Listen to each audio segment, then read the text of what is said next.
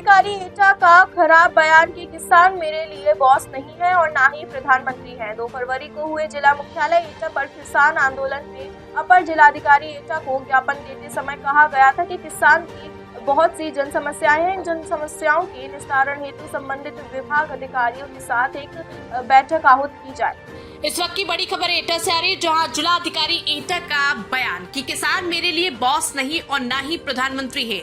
2 फरवरी को हुए जिला मुख्यालय एटा पर किसान आंदोलन में अपर जिला अधिकारी एटा को ज्ञापन देते समय कहा गया था कि किसान की बहुत सी जन समस्याएं हैं। इन जन समस्याओं के निस्तारण हेतु संबंधित विभाग अधिकारियों के साथ एक बैठक आहूत की जाए, जिस पर अपर जिलाधिकारी ने सहमति व्यक्त करते हुए आश्वासन दिया कि सभी समस्याओं का निस्तारण संबंधित विभाग के अधिकारियों द्वारा 7 दिन के अंदर कर दिया जाएगा। परंतु जिलाधिकारी से वार्ता के दौरान उनके खराब रवैये और किसानों की बात सुनने के लिए उनके पास समय नहीं है। भारतीय किसान यूनियन किसान के राष्ट्रीय अध्यक्ष पवन ठाकुर चाहते थे कि जिले के अंदर जितने भी किसान यूनियन हैं, उनके वरिष्ठ पदाधिकारियों के साथ जिला अधिकारी के निर्देश पर सभी संबंधित विभाग के अधिकारियों के साथ सभागार में प्रत्येक महीने में एक दिन एक बैठक आहूत कर सभी जन समस्याओं पर अमल कर उनका निस्तारण किया जाए। इस वार्ता के दौरान जिलाधिकारी ने कहा कि इस तरह का विशिष्ट प्रोटोकॉल न किसानों को और न किसान नेताओं को देना मेरी जिम्मेदारी है। इस बात पर नाराजगी व्यक्त करते हुए भारतीय किसान यूनियन किसान के राष्ट्रीय अध्यक्ष पवन ठाकुर बिना किसी जन समस्याओं पर वार्ता किए बगैर अपने सभी वरिष्ठ पदाधिकारियों के साथ उनके ऑफिस को छोड़कर बाहर चले आए।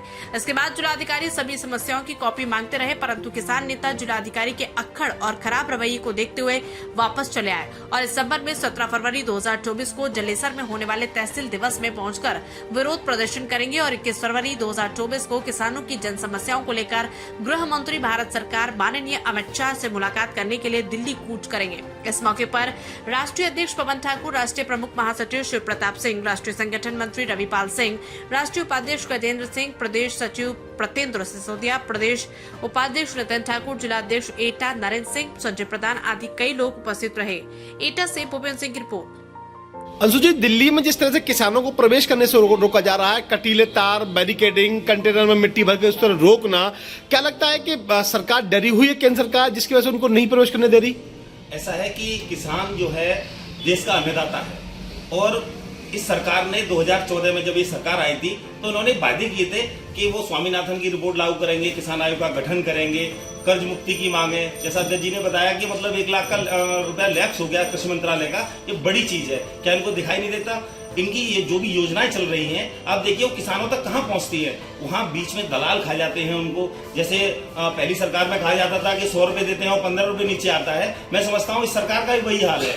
और अगर सरकार जो है किसानों को दिल्ली आने से रोक रही है, इस ये लोकतंत्र की हत्या है।